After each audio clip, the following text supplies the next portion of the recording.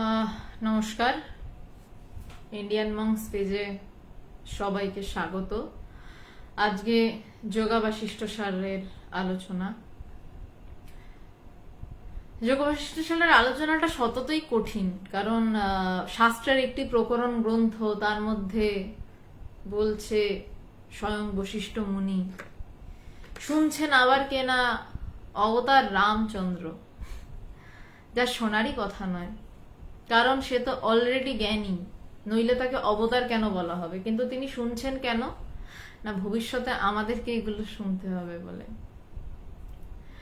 তো সেই যোগাবাশিষ্ঠ সার যেই গ্রন্থটি মূলত সাধু সমাজেই সর্বজন গ্রাহ্য এবং সর্বজন স্বীকৃত, গৃহস্থদের কাছে খুব একটা আপনি যোগাবাশিষ্ঠ সার এই বইটি দেখতে পাবেন না। অসীম কুমার দত্ত নমস্কার, সুবীর বড়ুয়া নমস্কার, সবাই ধীরে ধীরে লাইভে ঢুকছেন, সবাইকে আমার নমস্কার এবং প্রণাম।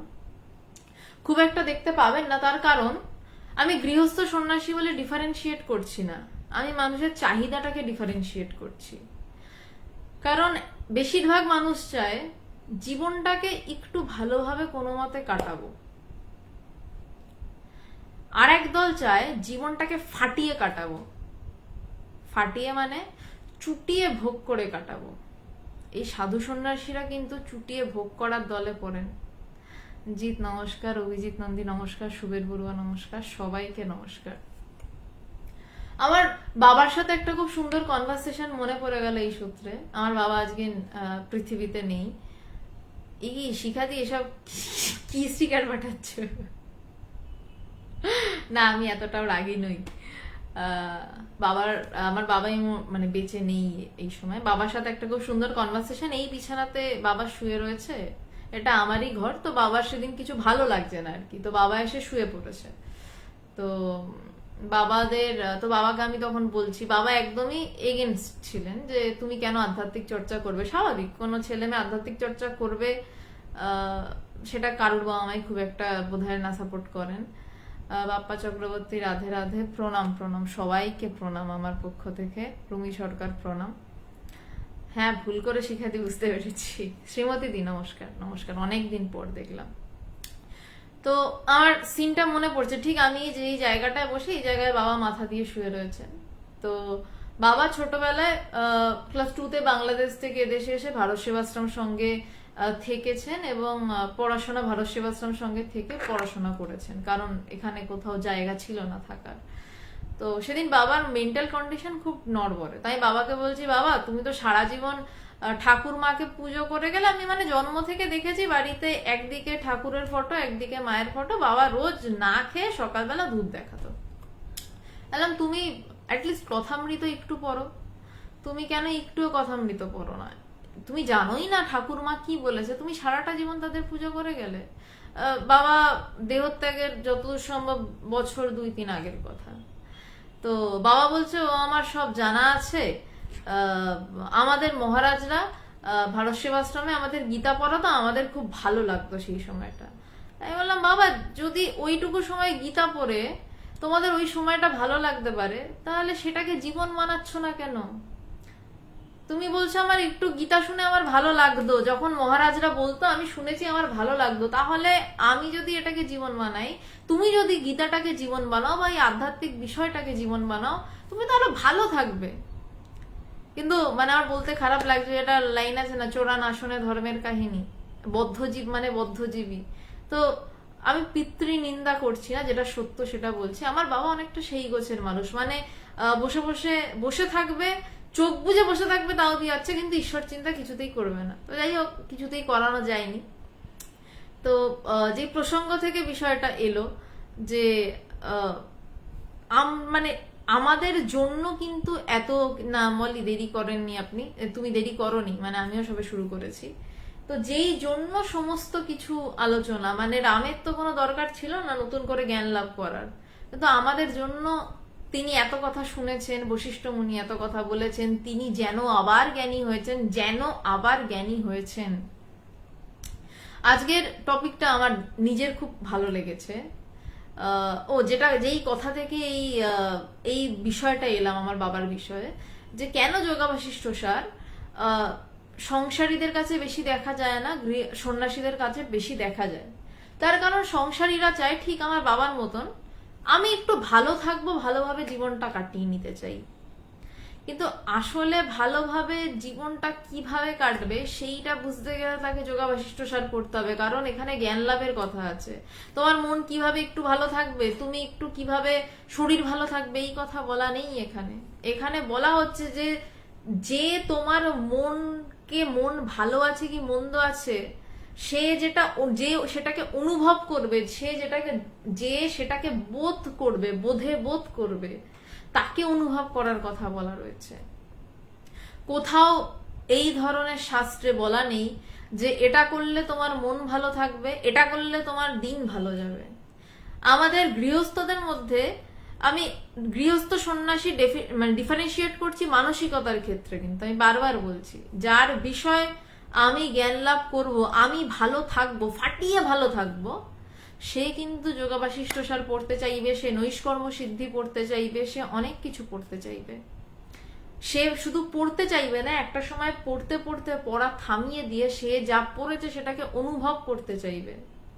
কিন্তু যারা বলবে না জীবনটা একটু ভালো থাকতে চাই, আমি ঠাকুরের দর্শন পেলাম, এই রামের দর্শন পেলাম, আমি তাতেই খুশি বাবা, সে কিন্তু আলটিমেটটা পেল না, কিন্তু সে ওইটুকুতেই খুশি। তাই জন্যেই, হ্যাঁ সুদীপ বাবু আজকে আবার ভগবান ফিরে এসছে, তো সে আলটিমেটলি সেটাতেই খুশি যে সে একটু ভালো থাকবে। মানুষ থরি ভালো থাকতে জানে, সংসারীরা থরি ভালো থাকতে জানে, ভালো থাকবে বলে কি করলো না একটা বিয়ে করলো। আমি বিয়ের বিরোধী নই, আমি অনেকগুলো বেশ উৎসাহ দিয়ে মানুষকে বিয়ে দিয়েছি, যে যা চায় সে তাই করুক।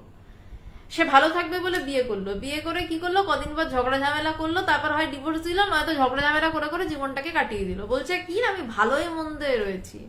আরে তুমি তো ভালো থাকতে চেয়েছিলে, তার সাথে মন্দ কোথা দিয়ে জুড়ে গেল? কিন্তু তারপরেও আমরা কিছুতেই কিভাবে ভালো থাকা যায় সেইটা যাব না। তো যাদের বিষয় যে আমি ফাটিয়ে ভালো থাকবো, তারা এই ধরনের বই পড়বে। আর যাদের বিষয় থাকবে যে ওই একটু ভালো দিন কাটলেই হয়, একটু শরীরটা ভালো থাকলেই হয়, তাদের জন্য অন্য বই রয়েছে, তারা অন্য বই পড়বে। আচ্ছা, আমি একটা জিনিস একটু জানতে চাই, প্রায় অনেকে লাইভে আপনারা ঢুকছেন, আমার কথা কি ক্লিয়ার? আমাকে দেখা যাচ্ছে পরিষ্কার, আমি বুঝতে পারছি, আমার কথা কি ক্লিয়ার? যদি একটু আপনারা জানান তো আমার খুব সুবিধা হয়, কারণ বৃষ্টি পড়ছে তো ইন্টারনেটটা মাঝে মধ্যেই ভীষণ রকম ট্রাভেলস দিচ্ছে। আজকের যে বিষয় নিত্য প্রাপ্ত, বিষয়টা এটা নয় নিত্য প্রাপ্ত, প্রশ্ন আছে একটা, নিত্য প্রাপ্ত কেন এই প্রশ্ন চিহ্নটা রাখলাম, কারণ যা নিত্য তা আবার পাবো কিভাবে? যা নিত্য তা তো প্রাপ্তব্য নয়, তা তো প্রাপ্ত হতে পারে না। প্রাপ্ত মানে আমি পাচ্ছি, যেটা আমার কাছে রয়েছে সেটা কি আমি আবার পেতে পারি? কিন্তু শাস্ত্র বলছে ব্রহ্ম নিত্য প্রাপ্ত। আচ্ছা বেশ clear, thank you so much Bhaskar দা, থ্যাংক ইউ অঙ্কিত, আচ্ছা বেশ, শ্রীমতী দি থ্যাংক ইউ সো মাচ।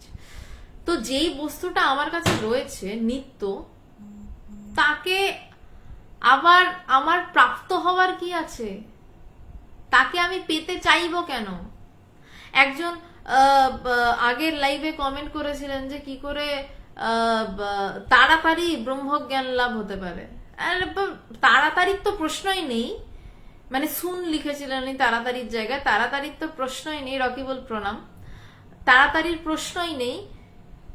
কথাটা হচ্ছে আমি তো এখনই হয়ে রয়েছি, আমি তো এখনই সে হয়ে রয়েছি, উই আর অলরেডি দ্যাট। স্বামীজির ভাষায়, স্বামীজির ভাষা বলে আমাদের মেনে নিতে হবে এমন কথা কোথাও বলছে না, তা বলছি না।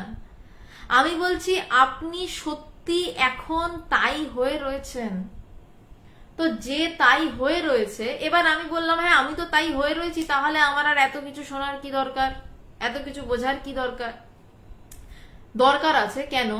যে ইউ আর অলরেডি দ্যাট, তুমি যে সেটাই, তুমি যে হয়ে রয়েছো সেইটা বোঝার নামই ব্রহ্মজ্ঞান। এতটাই সহজ বস্তু।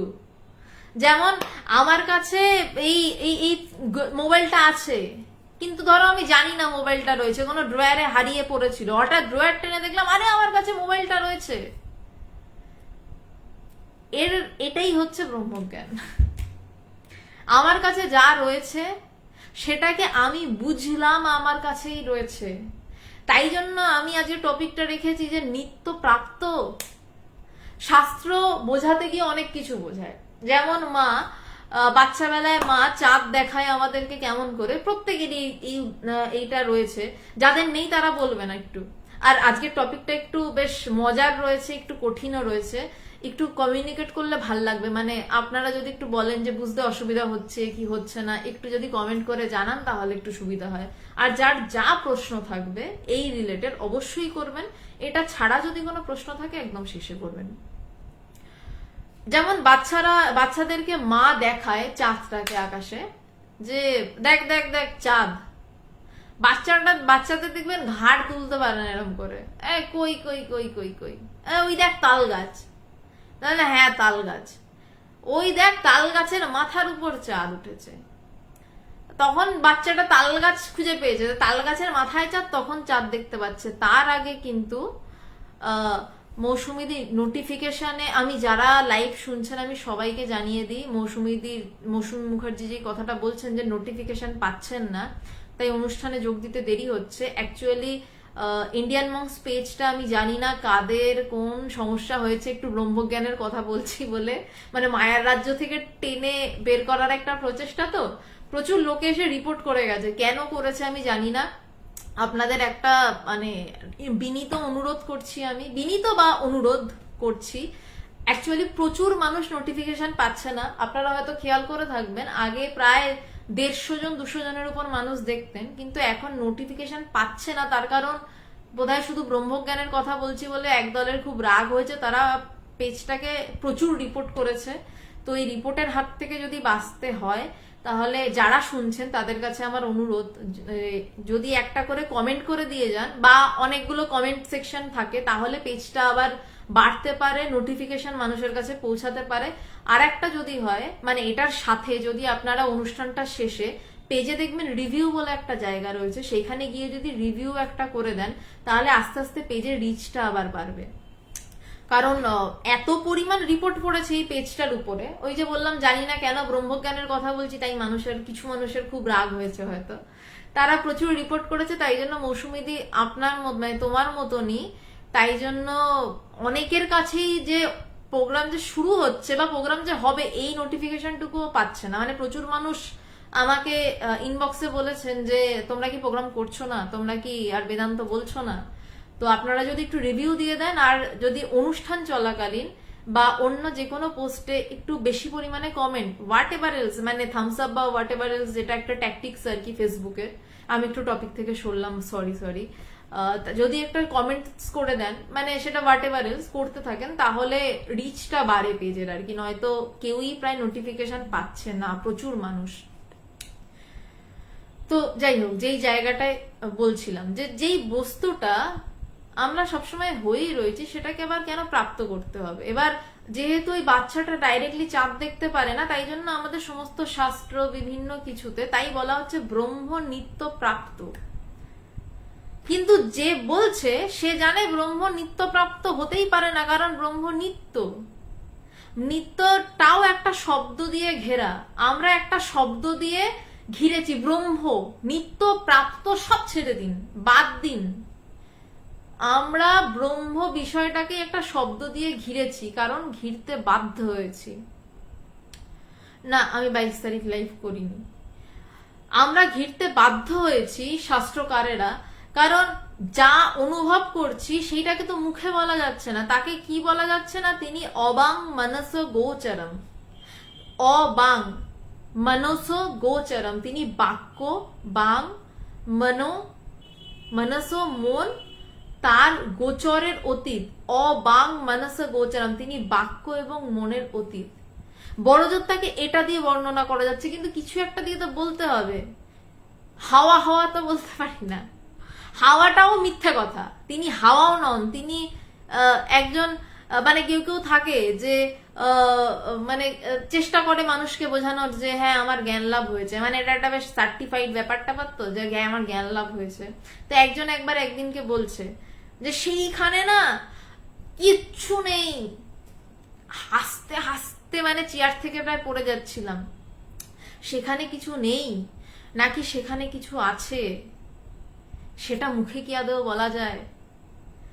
তিনি শূন্য নাকি তিনি পূর্ণ, কেউ তো মুখে বলতে পারেনি। কিন্তু মানে কিছু মানুষ থাকেন যারা দেখাতে জানে আমার জ্ঞান লাভ হয়েছে, মানে দেখাতে জানে, আমার তাতে কোনো আপত্তি নেই, মানে কিন্তু এই অদ্ভুত কথাগুলো বেরোয়।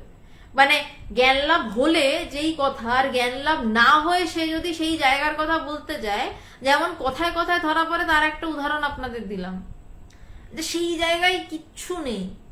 আরে দূর মশাই, সেই জায়গায় পূর্ণ না সেই জায়গায় শূন্য, সেটা আপনি বুঝছেন কি করে? যখন একাকার হয়ে রয়েছেন সেটা শূন্যই বা কি করে হয়, পূর্ণই বা কি করে হয়? যা একাকার তাই তো একাকার। তো সেই জন্য নিত্য তিনি স্বয়ং হয়েই রয়েছেন। নিত্য বলাটাও ভুল, ব্রহ্ম বলাটাও ভুল। সরি, আমি লাইট পাশে রেখে জ্বালাতেই ভুলে গেছি আজকে। আশা করি একটু বেটার লাগছে। তো তিনি শূন্য না তিনি পূর্ণ, তিনি যেমন তিনি তেমন, তাকে ব্যাখ্যা করা যায় না বলি অবাং মানস গোচরম বলছে। কিন্তু তাও কিছু বলতে হয়, তাই জন্য তার নাম দেওয়া ব্রহ্ম। তাই জন্য তাকে বলছে তিনি নিত্য প্রাপ্ত, যে তিনি সবসময় পেয়েই আছেন। কিন্তু আদৌ ভেবে দেখুন তো, নিত্য যা তা কি প্রাপ্ত হতে পারে, পাওয়া যায়? যা নিত্য তা তো রয়েছেই, আদি অনাদি অনন্তকাল ধরে রয়েছে। এবার আমি যোগাবশিষ্ট সারে ঢুকেই নিত্যপ্রাপ্ত শব্দটা আমি যোগাবশিষ্ট সার থেকেই নিয়েছি, কিন্তু নিয়ে যখন আমি পোস্টার বানানোর জন্য আমি এই শব্দবন্ধটি দিচ্ছিলাম, তখন মনে হলো নিত্য আবার প্রাপ্ত, তাই একটা কোশ্চেন মার্ক দিয়ে দিয়েছি, নিত্য প্রাপ্ত। কিন্তু বোঝানোর জন্য অনেক কিছু বলতে হয়, এবং শেষে গিয়ে বোঝা যায় যে যত শাস্ত্র, আমি আবার রিপিট করছি, আই রিপিট দ্যাট, যত শাস্ত্র, যত কিছু, যত যা শুনেছি আমরা এতদিন, সেই জায়গায় পৌঁছালে বোঝা যায় কিছুই কিছু নয়। কিন্তু বোধ করা যায়, কিন্তু এক্স্যাক্টলি কি কিছুতেই কিছু ওই জায়গাটা, মানে যেটা বলা হচ্ছে সেটা নয়। কারণ যা বলছি, যা বুঝছি, আমাদের জানা এবং বোঝাটা আমাদের মনের দেওয়ালের গণ্ডি, আমাদের বুদ্ধির দেওয়ালের গণ্ডি দিয়ে সীমিত। আমরা আমাদের বুদ্ধিটা দিয়ে আমাদের মন বুঝছে বা আমাদের ব্রেন বুঝছে, কিন্তু আমি যেই জায়গার কথা বলছি সেই জায়গাটা ব্রেনের পার, বুদ্ধির পার, মনের পার। সুতরাং শাস্ত্র অনেক কিছুই বলতে বাধ্য হয়েছে, না বলে উপায় নেই, বোঝাতে পারবে না তাই। অনেক কিছু আমিও বলতে বাধ্য হই, না বলে বোঝানো যাবে না তাই। কিন্তু আসল কথা হচ্ছে নিত্য প্রাপ্ত হয় না। যা নিত্য তা নিত্যই, সেটাকে আবার পাওয়া যায় না। তো আমি শুরু করছি যোগাবশিষ্ট সার থেকে। বলছে ব্রহ্ম সাধকের নিত্য সিদ্ধ স্বরূপ, উহা নিত্য প্রাপ্ত ও অবিদ্যা বশতই অপ্রাপ্তের ন্যায় ভ্রম হইয়া থাকে মাত্র। লাইনটা কি বলছে? যে ব্রহ্ম সাধকের নিত্য সিদ্ধ স্বরূপ, যে সাধক বলছে তার কাছে ব্রহ্ম নিত্য সিদ্ধ স্বরূপ, তার কাছে সবসময় সে জাগরুক। আলাদা করে তাকে ব্রহ্মকে খুঁজতে বেরোতে হয় না, আলাদা করে তাকে ব্রহ্মকে পাওয়ার চেষ্টা করতে হয় না। তার কাছে রয়েছে, সে সবসময় বোধ করছে যে হ্যাঁ আমি সেই। উহা নিত্যপ্রাপ্ত, বলছে সেটা নিত্যপ্রাপ্ত, সবসময় তা রয়েছে, এবং অবিদ্যাবশত অপ্রাপ্তের ন্যায় ভ্রম হইয়া থাকে মাত্র। বলছে কখন হয়? বলছে অবিদ্যাবশত। আমার উপর কিছু একটা ঢাকনা পড়ে গেছে, সেই আমিটার উপরে একটা চাদর পড়ে গেছে, বলছে সেই অবিদ্যাবশত অপ্রাপ্তের ন্যায় যেন পাচ্ছি না, অবিদ্যার ন্যায় ভ্রম মাত্র হয়ে থাকে। যেন আসছে এখানে, বলছে যেন ভ্রম হইয়া থাকে। ভ্রমটাও কিন্তু বলছে না ভ্রম হয়ে থাকে, ভুল হয়ে থাকে। আমি যে নিজেকে ব্রহ্ম বলে বুঝতে পাচ্ছি না, বলছে সেটাও যেন বুঝতে পাচ্ছি না, তার কারণ আমার ভ্রম, সেটাও যেন, সবটাতেই যেন, কারণ আসলটা তো নিত্য। জীবের স্বস্বরূপে সংসার দুঃখের লেশমাত্র নাই। আসল কথা, আমাদের প্রচুর দুঃখ না সবার? আপনারা যারা শুনছেন সবারই কিছু না কিছু দুঃখ তো রয়েছে বটেই, কিন্তু বলছে যে আমাদের সেই রূপে, আমার রূপে নয়, আমার আসল রূপে নয়, বিবেকানন্দের আসল রূপে নয়, আমার গুরু ভগবানের আসল রূপে নয়, আপনারই নিজের আসল রূপে দুঃখ কষ্টের লেশ মাত্র নেই সেই জায়গাতে। দুঃখ কষ্টের লেশ কোথায় আসছে? যখন আমার মন আসছে। আপনার প্রচন্ড দুঃখ, আপনার পাটা কেটে বাদ হয়ে গেছে অ্যাক্সিডেন্টে, আপনি একদম ডিপ স্লিপে চলে গেলেন বা আপনাকে অজ্ঞান করে দেওয়া হলো, যেখানে আপনার নার্ভ অকেজো হয়ে গেল এবং আপনার ব্রেনে কোনো সিগন্যাল পাঠাচ্ছে না, আপনার ইন্দ্রিয় জোর করে অফ করে দেওয়া হলো, আপনি কিছুই বুঝতে পারছেন না। কিন্তু আবার যেই মুহূর্তে উঠলেন সেই মুহূর্ত থেকে ওরে বাবারে আমার পা কোথায় গেল রে শুরু হলো, ডিপ্রেশন শুরু হলো, আপনাকে কাউন্সিলিং করতে যেতে হচ্ছে। তার মানে মন যখন নোঙর ফেলছে, নদীতে নৌকা নোঙর ফেলে না, নয়তো নৌকাটা ভাসে, তেমনি আসল রূপটা কিন্তু আমাদের ভাসছে। যখন সেটাতে মন নোঙর ফেলছে, যখন মনে আটকাচ্ছে দড়িটা, মন বুদ্ধির দড়ি দিয়ে আটকে দিল, তখনই আমাদের দুঃখ শুরু, আমাদের কষ্ট শুরু, আমাদের অনেক কিছু সমস্যা শুরু, আমাদের নানান সমস্যা শুরু। তাই বলছে যে আপনাদের, আমি বলছি আপনাদের যারা শুনছেন প্রত্যেকেরই কিছু না কিছু সমস্যা, কিন্তু সমস্যার সমাধান কোথায়? আমরা সমস্যার সমাধান খুঁজি বাইরে। এটা করলে এটা ঠিক হবে, ওটা করলে সেটা ঠিক হবে, সেটা করলে ওটা ঠিক হবে, এই করতে করতে একটা প্রবলেম সলভ করি আর একটা প্রবলেম শুরু হয়। আজকে না শুরু হোক কাল শুরু হয়, কাল না শুরু হোক 7 দিন পর শুরু হয়। কিন্তু বলছে আসলে যদি সেই জায়গায়, সেই স্বরূপে, তাহলে প্রবলেমের শুরুও নেই শেষও নেই, প্রবলেমের আদিও নেই অন্তও নেই, কষ্টের শুরুও নেই শেষও নেই। যদি কষ্ট পাওয়া বন্ধ করতে চাও তাহলে জ্ঞান লাভ করো। আর জ্ঞান লাভ করাটা সব থেকে সহজ এই জন্য, কারণ ওটা তোমার ভিতরেই হয়ে বসে রয়েছে এবং তুমি এখনো বসে রয়েছে ওটা হয়ে। তুমি এখন যে শুনছো, আপনারা যে শুনছেন এখনো হয়ে বসে রয়েছেন, শুধু বুঝতে পারছে না, হচ্ছে না। মানে সাধু সন্ন্যাসীরা পাহাড় পর্বতে জঙ্গলে তপস্যা করে পাগল হয়ে যাচ্ছে, জন্ম জন্মান্তর তপস্যা চলছে শুধু এইটা বোঝার জন্য আমি সেই ব্রহ্ম। কে তপস্যা করছে না? যে ব্রহ্ম, সেই তপস্যা করছে। কেন তপস্যা করছে? সেই যে ব্রহ্ম, সেটা বোঝার জন্য। এর থেকে বড় স্ট্যান্ড আপ কমেডি কোথাও শুনেছেন? এটা স্ট্যান্ড আপ কমেডি, এটা কখনো আবার বসে থাকা কমেডি। এত বড় স্ট্যান্ড আপ কমেডি, মানে কমেডি, এত বড় comedian, we are the great comedian, যে আমরাই আমাদের দুঃখ কষ্ট সরানোর জন্য আমরা বাইরে সাহায্য খুঁজি, যেখানে আমরাই আমাদের দুঃখ কষ্ট নিজেই সরাতে পারি। তার জন্য আবার আমরা কেঁদে কেটে একসা হই। আমরা কত বড় জোকার ভাবতে পারছেন? আমরা আমাদের দুঃখ ভুলতে জোকারের খেলা দেখি। এদিকে আমাদের ভিতরের যে জোকার, সে যে আমাদের নাচিয়ে কুদিয়ে খেলা দেখিয়ে একদম লাট্টুর মতন পাক খাওয়াচ্ছে, আমরা বুঝি না। আবার আমরা যে সেই সমাধানটাও সেখানে আমরা সেটাও বুঝি না। সেটা খুঁজতে গেলে আমরা একবার বলি পাহাড়ে যাব, একবার বলি জঙ্গলে যাব, একবার বলি আমাকে একটু বসে থাকতে দাও। নিজেই আমি যেটা, সেটাই আমি বুঝতে পারি না। আমাদের থেকে বড় জোকার কেউ আছে? আমি কাউকে অপমান করছি না, সরি, কিন্তু আমি সত্যটা বলছি। আমাদের থেকে একটু প্রশ্ন করুন তো।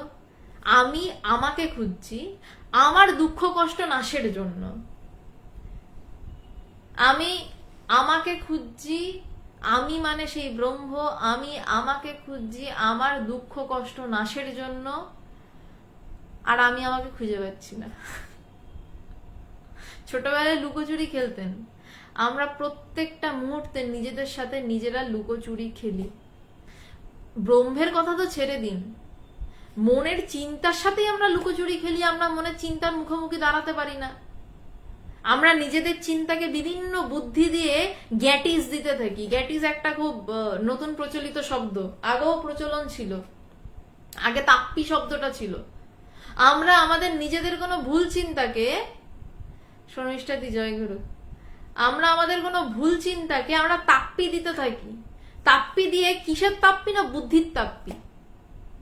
না ও আমাকে এটা করেছে তাহলে আমি ওর সাথে এটা করব, না ও আমার ফোনের কল রেকর্ড করে আমার একটা শত্রুর কাছে ছেড়ে দিয়েছে, দাঁড়া বেটা ওকে আমি বাগে পাই ব্যবস্থা নেব। আরে ছেড়ে দাও না, লিভ ইট, বাদ দাও না। বিষয় বাদ দাও না, যে করেছে সে একদিন সে নিজেই লজ্জায় লজ্জিত হইতে বাধ্য। ছেড়ে দাও না, লিভ করো না। যে ফালতু কাজ করেছে সে ফালতু কাজের দামটা পেয়ে যাবে। নতুন করে বুদ্ধি আটবার কিছু নেই। আমরা বাইরে তাকে কি করতে পারি, আমরা বড়জোর একটা টাইট দিতে পারি, তারও কোনো কুকর্ম সামনে এনে টাইট দিতে পারি। এটা আমার বুদ্ধি বলছে যে না, আমি তো কোনো ভুল কিছু বলিনি, কিন্তু সে আমার একটা বাজে কথা রেকর্ড করে ছেড়ে দিল, যেটা বিশ্বাস করে বললাম। প্রচুর এরকম হয়, এমএমএস ভাইরাল হচ্ছে, ভিডিও ভাইরাল হচ্ছে, রেকর্ডিং ভাইরাল হচ্ছে, রেকর্ডিং ভাইরাল হওয়া নিয়ে রাজনীতির ময়দানও তোলপাড় হচ্ছে, অনেক কিছু হচ্ছে। কিন্তু সাধকের কি উচিত, সেও উল্টো টাইট দিতে পারে, কিন্তু বসে থাকো, দেখতে থাকো কি হয়, তুমি জ্ঞান লাভের চেষ্টা করতে থাকো। বাকি সবকিছু এমনি তোমার পায়ে মাথা নত হতে বাধ্য। রবীন্দ্রনাথ ঠাকুরের একটা গান আছে না, সন্ন্যাসী রাজা, সৃজিত মুখার্জি সিনেমাটি করেছিলেন। সিনেমাটা নিয়ে আমার কোনো কথা নেই, নো কমেন্টস। গানটা অসাধারণ অ্যারেঞ্জমেন্ট হয়েছিল। তো সেই গানটার একটা জায়গায় ছিল, মানে রবি ঠাকুরেরই গানটা রবীন্দ্রনাথ অসম্ভব সুন্দর লিখছেন যে, মহারাজও এই কি সাজে এলে হৃদয় পুরো মাঝে, চরণতরে কোটি শশী কোটি রবি, চরণতলে কোটি রবি, মানে এই ধরনের কিছু একটা ছিল, আমি প্রচন্ড লিরিক্স বলে যাই। চরণতলে কোটি শশী সূর্য মরে লাজে, মহারাজও একই সাজে এলে হৃদয় পুরো মাঝে। বলছে যেই জ্ঞান লাভ করলে, মানে মহারাজও একই সাজে বাইরে থেকে আসেন না, তিনি ভিতর থেকেই প্রকাশিত হন। সেই মহারাজও একই সাজে এলে হৃদয় পুরো মাঝে, আমার ভিতরে তুমি সেই সাজে এসে দাঁড়ালে, আমার ভিতরেই। বলছে সেই সময় কোটি চন্দ্র সূর্য আমার পায়ে এসে মাথা ঠোকে, কিন্তু আমার তার দিকে আর ভ্রুক্ষেপ থাকে না। ভ্রুক্ষেপ থাকে না বলেই কোটি সূর্যচন্দ্র এসে মাথা ঠুকতে বাধ্য হয়। যখন আমার ভ্রুক্ষেপ থাকে তখন তারা মাথা ঠোকে না। তাই বলছি যে যারা অকর্ম কুকর্ম করছে, হ্যাঁ আমিও সবসময় পারি না, রিয়াক্ট করে ফেলি, কিন্তু ধীরে ধীরে যত দিন যায় মনে হয় ছেড়ে দেওয়াটাও বড় বেশি রিয়াকশন, ছেড়ে দেওয়ার থেকে বড় রিয়াকশন খুব কম রয়েছে। হ্যাঁ খুব বাজে অবস্থা, তখন তো ধরে উত্তম মধ্যম ধোলাই দেওয়ার দরকার, তার আগে অব্দি ছেড়ে দেওয়ার থেকে বড় রিয়াকশন আর কিছু হয় না। সে একদিন না একদিন ঠিক তার কাজের ব্যাকিং ঠিক পেয়ে যাবে, এবং ঈশ্বর সময় করে দেবেন। যদি আমি নিজে সময় নিতে যাই যে আমি দেখে নেব, সেই দেখাটা একটু ছোট দেখা। ঈশ্বর যদি ভাবেন যে এবার বেটা আমি দেখব, তখন ঈশ্বর দিন দেন। ঈশ্বরের দেওয়া দিনে দেখাটা ডেঞ্জারাস দেখা হয়, এটা আমি আমার ব্যক্তিগত অভিজ্ঞতা থেকে বললাম। তো তাই বলছে যে আমরা যে নানান কিছু করি, সেইখানে অপ্রাপ্তের ন্যায় ভ্রম হইয়া থাকে মাত্র অবিদ্যাবশত। আমরা এই যা যা করি সবটাই অবিদ্যাবশত করি, আমাদের অবিদ্যার জন্য করি, একে দেখে নেবো তাকে দেখে নেবো, হ্যান ত্যান। তো বলছে জীবের স্বস্বরূপে সংসার দুঃখের লেশ মাত্রও নাই, ভ্রান্তি বশতই ওই দুঃখের প্রতীতি। বলছে ভ্রান্তি বশত ওই দুঃখটার একটা প্রতীতি থাকে আমাদের সামনে, যেন আমরা দুঃখ পাচ্ছি।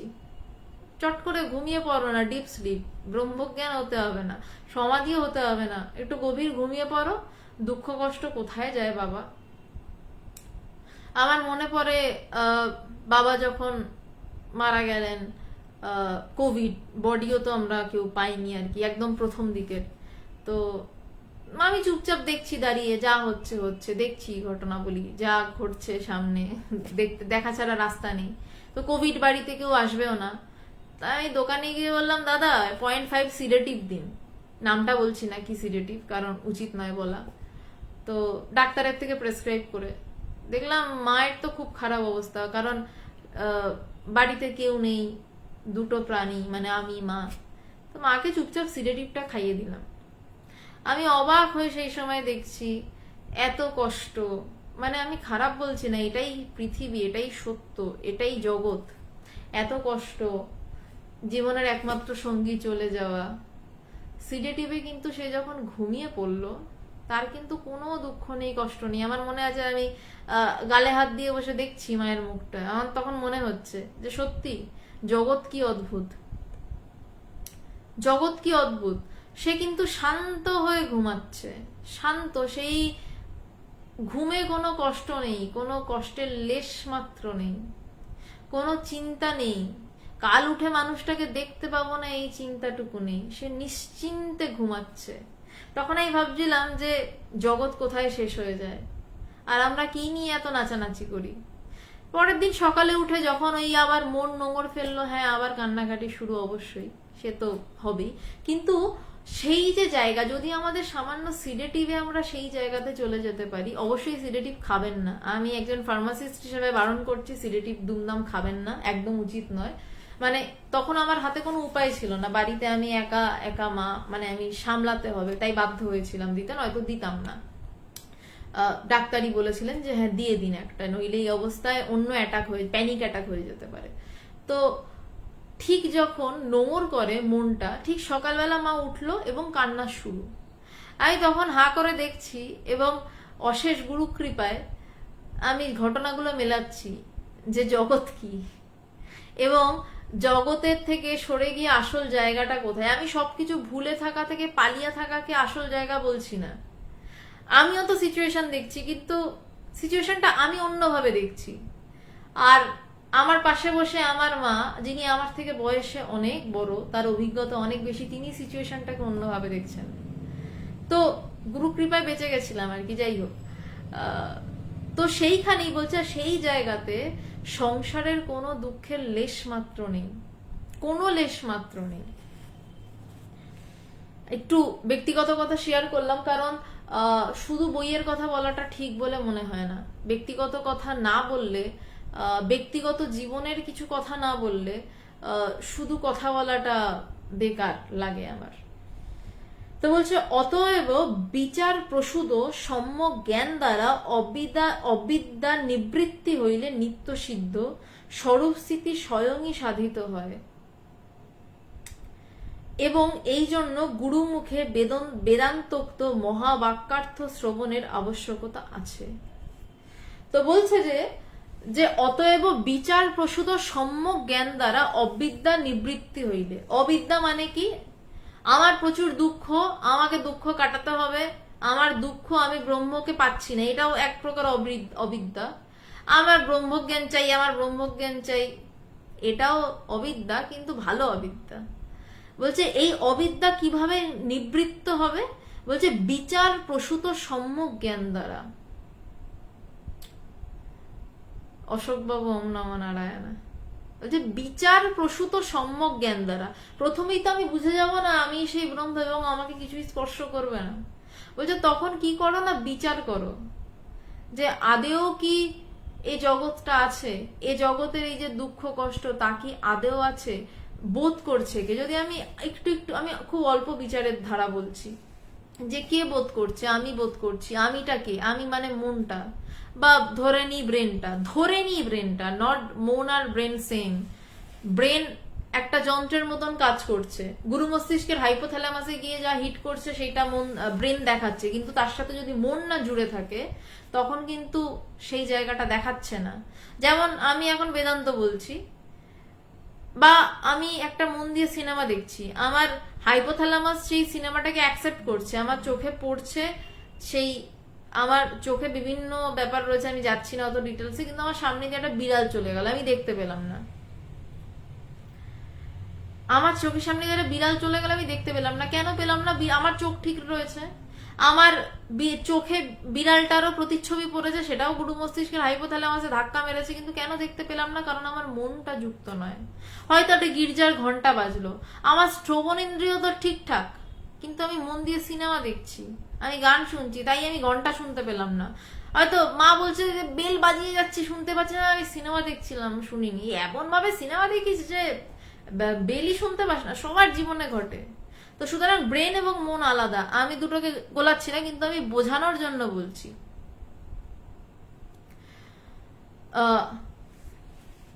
দীপান, আমি তোমার ইয়েটাতে পরে আসছি, হ্যাঁ, মানে আমি একটু শেষ করে নিয়ে পরে ঢুকছি তোমার কথাটাতে। তো বলছে সেই জন্য যদি আমি এভাবে ভাবি তাহলে এটাকেই বিচার বলছে, এবং বিচার করতে করতে একটা সময় দেখবো তাহলে উঠছে কোথা থেকে চিন্তা, দেখছি কোথা থেকে। তো বলছে সেইভাবে প্রসূত সম্যক জ্ঞান দ্বারা অবিদ্যা নিবৃত্তি হইলে, অবিদ্যা শেষ হলে নিত্য সিদ্ধ হয়। মানে অবিদ্যা উড়ে যাচ্ছে, আমার এই যে চিন্তা, আমার ভাবনা, আমি দেখছি, আমি শুনছি, এগুলো সমস্ত উড়ে যাচ্ছে, তবেই নিত্য সিদ্ধ হচ্ছে। স্বরূপ স্থিতি স্বয়ংই সাধিত হয়। স্বরূপ স্থিতিকে করতে হয় না। স্বরূপ স্থিতি মানে আমি আমার রূপে স্থিত। আমি আমার তৃষিতা সেন নামক এই রূপে স্থিত নই, আমার এই চেহারাটায় স্থিত নেই, যেটা কিনা 20 বছর পর কুচকে যাবে, আরো 20 বছর পর চিতায় উঠে যাবে। সেই রূপে নয়, বলছে আমি সেই রূপে স্থিত যেইখানে অরূপ, যেখানে কোনো রূপ নেই। আমি সেই রূপে স্বয়ংই স্থিত, সেই স্বরূপ স্থিতি স্বয়ংই সাধিত হয়।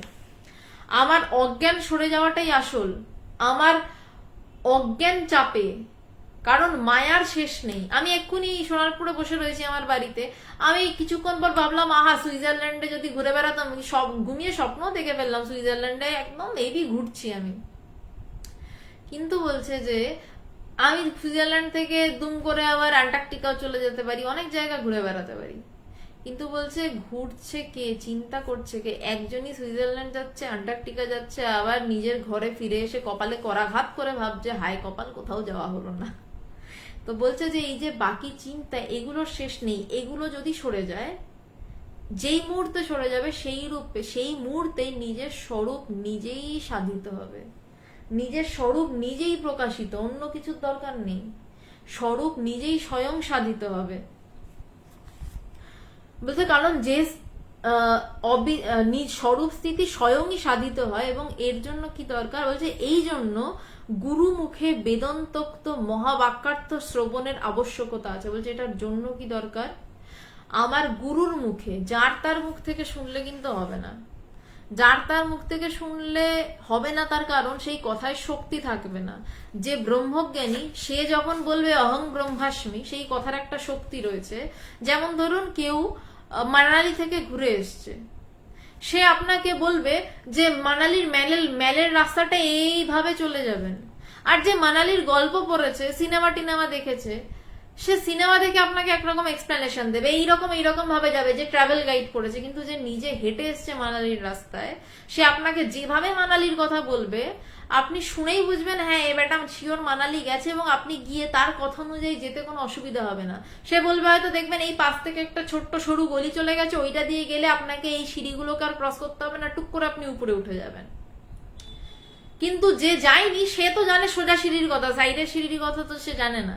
ঠিক তেমনি যে সেই জায়গায় স্থিত, গুরু কে না, যে ব্রহ্ম জ্ঞানে স্থিত, সে যখন মহাবাক্য বলছে, তার কথার তেজ আলাদা, তার কথার ব্যাপারই আলাদা। সে কথা বলছেই অন্যরকম ভাবে। সে কথা বলছে শক্তি দিয়ে, যে যেই শক্তিতে ওই মানালি সাইডের রাস্তাটা দিয়ে মেলে পৌঁছে যাওয়া যেতে পারে। কারণ সে নিজে ওই সাইডের রাস্তা দিয়ে একদিন গেছে, সে সোজা রাস্তা দিয়েও গেছে, সে সাইডের রাস্তা দিয়েও গেছে, তাই জন্য বলতে পারছে সোজা রাস্তাটা দিয়ে যেও না, কষ্ট হবে, এই সাইডের রাস্তা দিয়ে যাও। তাই বলছে গুরুর মুখে সেই বেদান্তর কথা শোনাটা আবশ্যক। আবশ্যক শুনতেও পারো, না শুনতেও না পারো, এই বিবেক চূড়ামণি পড়ো, মান্ডুক্য কারিকা পড়ো, বড় বড় শাস্ত্রের বই পড়ো, হয়ে যাবে, একবারও বলছে না। যারা ডাক্তার হয়, যারা ইঞ্জিনিয়ার হয়, যারা কেমিস্ট হয়, তাদেরকে কেউ বলে না যে কলেজে পড়ার কি দরকার, ওই বইপত্র রয়েছে, বইপত্রগুলো নিয়ে বলছি শ্রীমতী, তুই বলছি বইপত্রগুলো নিয়ে নিজে পড়ে নাও, তুমি বড় কেমিস্ট হয়ে যাবে, বলে না। কারণ সেখানে টনটনে জ্ঞান রয়েছে যে না, কাউকে শেখাতে হবে। ছুরিটা দিয়ে, স্ক্যালপেলটা দিয়ে আমি ঠিকভাবে মানুষটাকে, চামড়াটাকে কাটতে পারবো না, লেয়ার অনুসারে কাটতে হবে। সেটা বইতে যতই লেখা থাক, যে কেটেছে তাকে দেখাতে হবে। তেমনি যে গুরু সেই জায়গায় বসে রয়েছেন, স্বয়ং হয়ে বসে রয়েছেন, তিনি যখন বেদান্তের কথা বলছেন, তিনি যখন বলছেন স্বরূপকে জানো, তিনি যখন বলছেন স্বয়ং সাধিত। স্বয়ং সাধিত মানে এখানে বলছে যে স্বরূপ স্থিতি স্বয়ংই সাধিত হয়। মানে বলছে আমি অবিদ্যাটাকে আনতে পারি। আমার প্রচুর হাবি জাবি চিন্তা দিয়ে আমার মন অবিদ্যা এনে হাজির করছে শ্রীমতীদি, কিন্তু আমি যার উপরে চিন্তা হচ্ছে, যেমন রাস্তার উপর দিয়েই নানান গাড়ি যাচ্ছে, মার্সিডিজ বেঞ্চ যাচ্ছে, রিক্সা যাচ্ছে, ঠেলা যাচ্ছে, হুন্ডাই যাচ্ছে, i20 যাচ্ছে, যে কোনো গাড়ি যাচ্ছে, অল্টো যাচ্ছে, কিন্তু রাস্তাটা স্থির। গাড়িগুলো সরে গেলে রাস্তাটাই পড়ে থাকে। তেমনি অজ্ঞান প্রচুর, অজ্ঞানের চিন্তাধারা প্রচুর, কিন্তু অজ্ঞানটা সরে গেলে জ্ঞান নিজেই সাধিত হয়। মানে জ্ঞানকে আর সাধনা করে পাওয়া যায় না। তাই বলছে জ্ঞান নিত্য প্রাপ্তব্য নয়, জ্ঞানকে পাওয়া যায় না, জ্ঞান স্বয়ং সাধনা করে পাওয়া যায় না, সে স্বয়ংই হয়ে বসে আছে। শুধু কাজ হচ্ছে সামনে থেকে আবর্জনাগুলো সরানো, অবিদ্যাটা সরানো। স্বয়ং সাধিত মানে সে স্বয়ংই সাধনা করে ফল লাভ করেই বসে রয়েছে। সাধনা করেছে বলা ভুল, মানে জ্ঞান হয়েও সে বসে রয়েছে, জ্ঞান হয়েই সে বসে রয়েছে, স্বয়ং সাধিত স্বরূপে সে স্বয়ং সাধিত। তাকে আলাদা করে আর সাধনা করতে হচ্ছে না। যে জ্ঞানটাকে পাওয়ার জন্য কিন্তু আমরা কেউ সাধনা করি না, আমরা অজ্ঞান সরাতে সাধনা করি। আমাদের এটা ভীষণ ভুল কনসেপ্ট, এবং এটা বলা হয়ে থাকে যে আমরা জ্ঞান লাভের জন্য সাধনা করছি। না, আমরা অজ্ঞান সরাতে সাধনা করছি।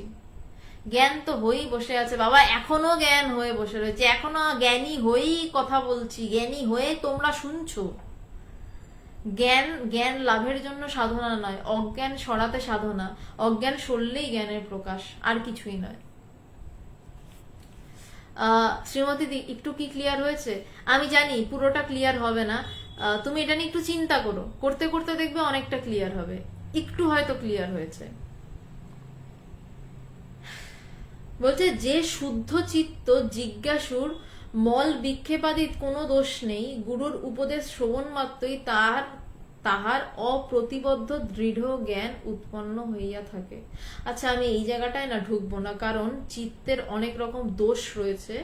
মানে কেন জ্ঞান লাভ হয় না, বিক্ষেপ দোষ, মল দোষ, আরো নানান রকম দোষ রয়েছে, সেই বিষয়ে মানে অজ্ঞানের নানান ধাপ রয়েছে। এবার সেই জায়গাটায় ঢুকছে, এটা ঢুকলে মোটামুটি আরো 1 ঘন্টা শেষ হয়ে যাবে। তো আমার মনে হয় আমি যতটুকু আলোচনা করলাম সেটাই একটু বেশি করা হয়ে গেছে। তো আমি আজকে এই অবধি শেষ করছি। এবার কারোর যে কোনো প্রশ্ন থাকলে জিজ্ঞাসা করো শ্রীমতী দি। আচ্ছা শ্রীমতী দি, তুমি একটু ব্যাপারটা নিয়ে চিন্তা করো, মানে একটু মনে ঘুরিও, তাহলে আর একটু ক্লিয়ার হবে তোমার কাছে। কারোর যদি কোনো প্রশ্ন থাকে করতে পারেন। আর আমি আর একবারও রিপিট করে দিচ্ছি যে মানে পেজটাতে হয়তো ব্রহ্মজ্ঞানের কথা বলা হয় বলে শরীর ভালো থাকে কিভাবে না, এসব কথা বলা হয় না। তাই জন্য পেজটায় প্রচুর রিপোর্ট পড়েছে, অনেকের কাছে নোটিফিকেশন যাচ্ছে না, কিচ্ছু নোটিফিকেশন কেউ পাচ্ছেন না।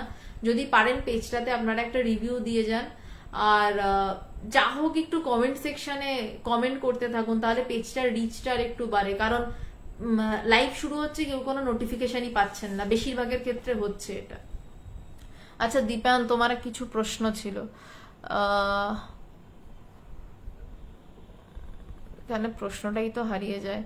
মৌসুমী দি, আজ তো অনেক কষ্ট করে যোগদান করলাম মায়ের আশীর্বাদে, আর তোমাকে টপিক থেকে বার করার জন্য দুঃখিত। না মৌসুমী দি, তুমি ভালো করেছো, মানে আমি রোজই ভাবি বলবো আর ভুলে যাই। আমি একটু আউট অফ টপিক হয়েছিলাম, বাট এটা দরকার ছিল আর কি, কারণ নইলে অনেক মানুষই নোটিফিকেশনই পাচ্ছেন না যে শুনবেন।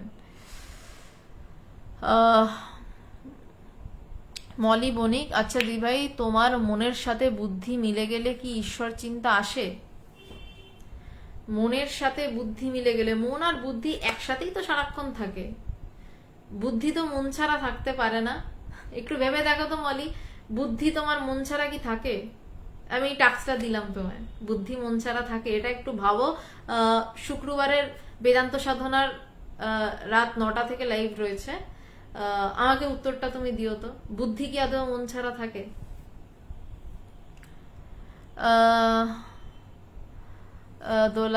দোলা কাকিমা, হ্যাঁ ঠিক ঠিক ঠিক বলেছেন শর্মিষ্ঠা দি। বেশ দীপায়ন, তোমার প্রশ্নটাই আমি আর খুঁজে পাচ্ছি না, একটু প্লিজ, হ্যাঁ একটু প্লিজ তুমি প্রশ্নটা আর একবার পাঠাবে। না পেয়েছি, এইটা কোথাও পড়েছিলাম, তুমি যদি কয়েকজন থেকে সে 10 জন থেকে লেখাও অ্যাবাউট ইয়োর সেলফ, সবাই আলাদা আলাদা লিখবে, যে লিখবে সে নিজেকে খুঁজে পাবে না ওই লেখাগুলো থেকে। যে লিখবে সে নিজেকে খুঁজে পাবে না ওই লেখাগুলো থেকে, মনে হয় না পেয়ে যাবে। কারণ বিভিন্ন জ্যোতিষীর ইয়ে থাকে, দেখবে যে সিংহ রাশিরা এরকম হয়, কন্যা রাশি এরকম হয়, বৃশ্চিক রাশি এরকম হয়, জেনারেলাইজ করা থাকে, তার থেকে মানুষ হামলে পড়ে, মানে আমিও পড়তাম একটা সময়, আমি বলছি না আমি অতি সুশীল বালিকা, 19-20 তখন আমাদের সময়, এখন 19-20 বেরোয় কিনা আমার জানা নেই, 19-20-তে পিছনে দেয়া থাকতো, আর আরেকটা বছর শেষে দেওয়া থাকতো যে এই রাশির মানুষেরা কেমন কেমন হবে। তো যদি রাশিটা নাও দেয়া থাকতো না, সবাই হামলে পরে আমরা চেক করতাম, এবং এখনো মানুষ করে, এবং নিজের সাথে নিজেকে মেলে, আচ্ছা আমি এরকম, আমি এরকম, আমি এরকম। তুমি হয়তো ভীষণ ইন্ট্রোভার্ট, তোমাকে যদি কেউ এসে বলে না তুমি প্রচন্ড এক্সট্রোভার্ট, তুমি বলবে না আমি তো ইন্ট্রোভার্ট, তুমি যদি সেই লেখাটাই লেখো, তুমি নিজের লেখা নিজে খুঁজে পাবেই, কারণ তুমি তোমার নিজের স্বভাবের সাথে সেই লেখাটা মিল পাবে। তুমি এটা কোথাও পড়েছিলে, আমি তোমাকে প্র্যাকটিক্যাল অভিজ্ঞতা থেকে বললাম এই কথাটা। কোনো কোশ্চেন থাকলে দিবান করতে পারো। মলি বণিক, আচ্ছা থ্যাংক ইউ। আর কোনো প্রশ্ন তো পাচ্ছি না আপাতত। রাজনারায়ণ হাজরা, কলকুণ্ডলিনীর জাগরণ না হলে কি ব্রহ্মজ্ঞান হওয়া সম্ভব? না, সম্ভব নয়। সদ্গুরুর কৃপা না হলে কি জাগরণ হতে পারে? না, হতে পারে না। আত্মজ্ঞান হওয়া ব্রহ্মজ্ঞান হওয়া তো একই, তবেই তো বোধে বোধ। হঠাৎ করে এটা পাওয়া যায় কি? হঠাৎ করে কিছুই পাওয়া যায় না, সব কিছুরই পূর্বজন্মের অনেক হিসাব থাকে, এই জন্মের সাথে পূর্বজন্মের হিসাব আমরা হয়তো দেখি হট করে পেয়ে গেল, কিন্তু তার অনেক কিছু করে রাখা আছে, তাই পেয়ে গেল আর কি। পূর্বজন্মের কর্মফল না থাকলে এক পাও এগোনো যায় কি? পূর্বজন্মের কর্মের ফল ছাড়া এক পা এগোনো যায় না, যেমন ঠিক এই জন্মে যদি একটু ইচ্ছা না থাকে তাহলেও এক পা এগোনো যায় না, এই জন্মের ইচ্ছাটুকুও থাকতে হয়। আধ্যাত্ম চেতনা জাগ্রত হঠাৎ হয় কি যদি না আধার থাকে? সেরকম সদ্গুরুর পাল্লায় পড়লে হঠাৎ হয়ে যায়, সেটা আমি হতে দেখেছি। আর এবার আপনি বলতে পারেন হ্যাঁ সেই সদ্গুরুর পাল্লায় পড়াটাও, পাল্লায় শব্দটা ব্যবহার করলাম জেনে বুঝে আমি, সেই সদ্গুরুর পাল্লায় পড়াটাও হয়তো পূর্বজন্মের ফল। এবার দেখুন, পূর্বজন্ম, তার পূর্বজন্ম, তার পূর্বজন্ম, কোনো না কোনো সময় তো সে ভালো কর্ম করেছে, তো পূর্বজন্ম ছেড়ে দিন, এই দিন এই জন্ম এই মুহূর্ত থেকে ভালো কর্ম শুরু করুন না, ক্ষতি কি? কোনো না কোনো জন্মে তো শুরু করেছিলেন, তাই বলছেন পূর্বজন্মের কর্ম সঞ্চিত ফলে আমি এই জন্মে অনেক উপকার পাচ্ছি। ছেড়ে দিন আগের জন্ম, এই জন্মে শুরু করুন, এই জন্মে শেষ করুন। রাজনারায়ণ হাজরা, আপনাকে বলছি এবং সবাইকেই বলছি, এত পূর্বজন্ম পরজন্ম ভেবে লাভ নেই, কারণ আদৌ কোনো জন্মাইনি আমরা, মরিও নি, মরবো না জীবনে। ও বলার জন্য পূর্বজন্ম পরজন্ম অনেক কিছু বলতে হয়, বাদ দিন না সব। কোন এক জন্মে তো শুরু করছিলেন, যদি পূর্বজন্ম মেনে থাকেন। হ্যাঁ আমি পূর্বজন্ম মানি, মানে মানতে হয়, কিন্তু আসলে সেই জায়গায় গেলে কোনো জন্মই নেই। কোনোদিনই কোনো না কোনো জন্মে যখন শুরু করেছিলেন, বাদ দিন না, পুরনো গল্প, অনেক পুরনো গল্প। এই দিন এই মুহূর্ত থেকে এই জন্মে শুরু করুন, দেখুন না যদি ঠিক ঠিক ইচ্ছা থাকে ব্রহ্মজ্ঞান লাভেন কিভাবে এগোতে পারেন। আগের জন্ম টন্ম ছাড়ুন, এই মুহূর্তটাকে ধরুন। এই মুহূর্তটা এই বেরিয়ে গেল, আবার বেরিয়ে গেল মুহূর্তটা, এই মুহূর্তটাই ধরতে পারছেন না। পূর্বজন্ম পরজন্ম কি আমরা মানুষ এত কথা বলি, এই মুহূর্ত থেকে জ্ঞান লাভের চেষ্টা শুরু করুন, বাকি সব ছাড়ুন, বাকি সব মানে সব করুন, মানে সংসার টংসার যা করার করুন, কিন্তু ভিতরের ইচ্ছাটা তেজ বাড়ুক এই মুহূর্ত থেকে। দেবাশিস তিওয়ারি, দারুণ লাগছে। বিক্রম সেন, অঙ্কিত আপনার সাথে, অঙ্কিত বলে একজন আপনার সাথে যোগাযোগ করে নেবেন বিক্রম বাবু। আমি ওনাকে ওনার কাছে আপনার ডিটেলস সমস্ত পাঠিয়ে দিয়েছি আমাদের বুক ডিপার্টমেন্টের কাছে। ও আপনার সাথে যোগাযোগ করে নেবে, অঙ্কিত আপনাকে ফোন করে নেবে বিক্রম বাবু। শিখা রয়, হয়তো আমি দুঃখ পাবো, তাই না? কেন দুঃখ পাবে আমি জানি না। দেবাশিস তিওয়ারি, না বুদ্ধি ও মন রিলেটেড, আচ্ছা সেটা আপনি বুঝছেন, কিন্তু মলি একটু টাইম নিয়ে বুঝুক। অঙ্গন দূর করা সহজ পথ, অঙ্গন মানে বুঝলাম না কাকিমা, শ্যামাশ্রী কাকিমা, বুঝলাম না কি বলছো। অঙ্গন দূর করা সহজ পথ মানে বুঝলাম না, একটু যদি একটু বা ইংলিশেই লেখো, কোনো অসুবিধা নেই, আমি বিষয়টাই বুঝতে পারছি না তুমি কি বলতে চাইছো। মৌসুমী মুখার্জি, আমি যখন জব করতে বসি মনটার মধ্যে নানান চিন্তা এসে হাজির হয়, কিছুতেই এক মনে জব বা ধ্যান করতে পারছি না। এই সমস্যাটা বেশিরভাগের সমস্যা, জব করতে বসলে নানান চিন্তা এসে হাজির হয়, এক মনে পারছি না, বেশ সমস্যা সত্যি হয়। প্রথম 10 সেকেন্ড চেষ্টা করো, 10 সেকেন্ড আমি অন্য কোনো চিন্তা করব না। প্রথম দিনটা 10 সেকেন্ডই থাক, তারপর নয় অন্য চিন্তা হোক। মনটাকে লিবারেশন দাও, জোর করো না মনের উপর, মনকে প্রেশারাইজ করো না। তারপরের দিনও 10 সেকেন্ডই দাও, দুদিন 10 সেকেন্ড পরে, এরপর একটু 20 সেকেন্ড করো বিষয়টাকে, যে 20 সেকেন্ড আমি জবই করব, কিচ্ছু ভাববো না, একদম দৃঢ় সংকল্প। কিছু কিছু ক্ষেত্রে দৃঢ় সংকল্প লাগে, 20টাই তো সেকেন্ড, জবই করব। তারপর জব করছি, অন্য কিছু ভাবছি করছি। এই 10 সেকেন্ড, 20 সেকেন্ড, 30 সেকেন্ড করতে করতে 1 মিনিটে যাও। এরকম ভাবে আস্তে আস্তে সময় বাড়াতে থাকো এবং তারপর মনটাকে ছেড়ে দাও। মন যা ভাবছে ভাবুক, যেভাবে মন নাচছে নাচুক, মন যেই সুইজারল্যান্ডে ঘুরছে ঘুরুক, তুমি জবটা করে যাও, জবটা করে রেখে দাও। বা ধ্যান করছো, মনে হাজারটা চিন্তা, প্রথম কিছুক্ষণ ভাবলে যে আমি অন্যদিকে মন দেব না, 10 সেকেন্ড বা 1 মিনিট, ধ্যানের ক্ষেত্রে বলছি, 1 মিনিট এটা ভাবলে হবে না, বলছি বটে, হবে না। প্রথম 30 সেকেন্ড ঠিক করলে তাও হবে না, ধ্যানের ক্ষেত্রে কি করবে? মনটা লাফালাফি করছে তো, মনটাকে লাফালাফি করতে দাও। জবের ক্ষেত্রে নয়, জবের ক্ষেত্রে 10 সেকেন্ড 10 সেকেন্ড করে এগো। ধ্যানের ক্ষেত্রে মনটাকে লাফাতে দাও, মনটা লাফাক। কত লাফাতে পারে দেখো মনটা, তুমি লাফাতে থেকো না সাথে, মনের সাথে তুমি লাফাতে থেকো না, মনের লাফালাফিটা দেখো, মনের নানান চিন্তাটাকে দেখো। তাও পারবে না, কিছুক্ষণ দেখবে, আবার কিছুক্ষণ পর নিজে ওই চিন্তার সাথে জুড়ে গিয়ে লাফালাফি করবে, আবার কিছুক্ষণ পর মনে হবে এই আমার না লাফালাফি দেখার কথা ছিল, আমিও লাফাচ্ছি কেন। মানে যখন মানুষ নাইট ক্লাবে যায় বা ডিস্কো থেকে যায়, কখনো এসে বসে নাচানাচিটা দেখে, আবার কখনো উঠে গিয়ে নাচতে শুরু করলো, ব্যাপারটা এরকম।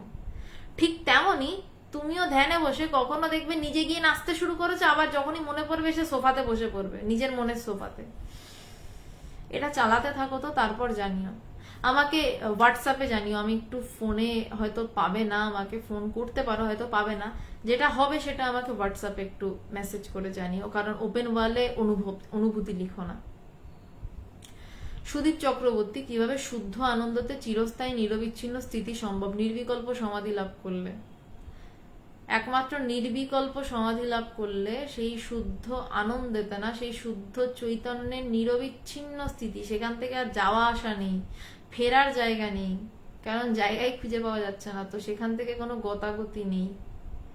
একমাত্র নির্বিকল্প সমাধিতে সম্ভব। নির্বিকল্প সমাধির জন্য নিজের প্রবল ইচ্ছার দরকার, যে আমাকে ওই সমাধি লাভই করতে হবে, ছোটখাটোতে আমি ভুলবো না, ভবি যেন না ভোলে যে ভাব সমাধি হলো ঠিক আছে, ও সবিকল্প সমাধি হলো ঠিক আছে, আমার নির্বিকল্পই লাগবে। এবং তার জন্য কি দরকার? নিজের প্রবল ইচ্ছা, এবং তার জন্য দরকার ব্রহ্মজ্ঞানী গুরুর চরণ, ব্রহ্মজ্ঞানী গুরুর পা ছাড়া কিচ্ছু সম্ভব নয়, এবং তার প্রত্যেকটা কথা অক্ষরে অক্ষরে পালন করা। সে যদি বলে এক্ষুনি ছাদ থেকে ঝাঁপ দে, ওরে বাবা ঝাঁপ দিলে মরে যাবো, এরমটা যেন মনে না আসে। ঝাঁপ দিতে বলছে ঝাঁপ দাও, এই মনের অবস্থা যখন হবে, তখনই ঠিক ঠিক গুরু সঙ্গ। আর কোন প্রশ্ন? ইগনোরেন্স, কাকিমা কি বলছো আমি বুঝতে পারছি না, আমি তোমার ফোনে বুঝিয়ে দেবো। তুমি কি যে বলতে চাইছো আমি বুঝতে পারছি না। দেবাশিস তিওয়ারি, পূর্বজন্মতে ইসলাম ধর্মে বিশ্বাস করে না, পরমহংস দেব এ পথ সাধন করে বললেন যতমত ততপথ, তাহলে কি জন্মান্তরবাদ নেই নাকি আছে? দেখুন, জন্মান্তরবাদ আমি ব্যক্তিগতভাবে বিশ্বাস করি, হিন্দু ধর্মে, বা হিন্দু ধর্ম বলা ভুল, সনাতন ধর্ম বিশ্বাস করে। কিন্তু সনাতন ধর্ম তার থেকেও বেশি বিশ্বাস করে যেটা, সেটা হচ্ছে যে আমার জন্মও নেই, আমার মৃত্যুও নেই। বলছে একমাত্র কখন নেই, একমাত্র তাকে জানলে। আমি যখন ব্রহ্মকে জানতে পারি, তখন বুঝি আমি জন্মাইনি, তো মরা তো দূরস্থ, আগে জন্মাতে হবে তো মরার জন্য। তো কোন ধর্ম কিসে বিশ্বাস করে কিসে না করে সেটা আমার বিষয় নয়, আমার অনুভূতিতে যা বোঝায়, আমার বোধে যা বোঝায়, আমি তো সেটাই বলবো। কে ঠিক কে ভুলে আমি যাচ্ছি না, আমি শুধু একটা কথাই বলবো, না জায়াতে না ম্রিয়তে, আমার জন্মও নেই আমার মৃত্যুও নেই। এটা গীতাতে সাংখ্যযোগে কৃষ্ণ বলছে, কিন্তু এটা অনুভব করা যায় যে আমি জন্মাইও নি, আমি মরবও না। যেটা অনুভব করা যায় সেটাই তো আমি বলবো। আমি হিন্দু কি বলেছে, মুসলিম কি বলেছে, জৈন কি বলেছে, আমি এটাতে জানতে যাব না। আর আপনাকেও অনুরোধ দেবাশিস তিওয়ারি, আপনিও অনুভব করে আপনি বুঝুন, পরের মুখের ঝাল খাবেন না। হিন্দু এটা বলেছে তাই ঠিক, মুসলিম এটা বলেছে তাই ঠিক, জৈন এটা বলেছে তাই ঠিক, দরকার নেই। আপনি নিজে অনুভব করুন, নিজে বুঝে নিন। আজকে তাহলে এই অবধি থাক। শ্যামাশ্রী কাকিমা, আমি তোমাকে পরে বোঝাবো, আমি কি বলছো আমি ঠিক বুঝতে পারছি না। আর আপনাদের সবাইকে আর একবারও বললাম, যদি একটু রিভিউ দিয়ে দেন পেজটাতে ভালো হয়, কারণ পেজের রিচ প্রচন্ড কমে গেছে, প্রচুর কারণ প্রচুর রিপোর্ট পড়েছে। আচ্ছা, একটা জিনিস ক্লিয়ার করি, সুদীপ চক্রবর্তী, ভগবানের মাথায় শিখি পাখা টাকা কিছু নয়। এটা আমার বন্ধুরাও আমাকে অনেক কিছু বলছে, না না ওইসব শিখি পাখা নয়। আমার ঘরে প্রচন্ড টিকটিকির উৎপাত হয়েছিল, আমি টিকটিকি তাড়ানোর জন্য ওইগুলো লাগিয়েছিলাম, এখন টিকটিকি নেই তাই খুলে সরিয়ে দিয়েছি। ওটা আমার গুরুর মাথার উপর কোনো শিখি পাখা রাখিনি, আমি ওটা টিকটিকি তাড়ানোর জন্য ব্যবহার করতাম। তো টিকটিকি নেই তাই শিখি পাকা নেই, আবার যদি টিকটিকি আসে তাহলে শিখি পাকা তার সস্থানে ফিরবে। যাই হোক, এই অবধি থাক আজকের আলোচনা। শুক্রবার বেদান্ত সাধনা নিয়ে 12 নম্বর চিঠি আপনারা পোস্টার পেয়ে যাবেন, আশা করছি পেয়ে যাবেন, নোটিফিকেশন হয়তো বা 9টা থেকেই আলোচনা হবে। প্রণাম।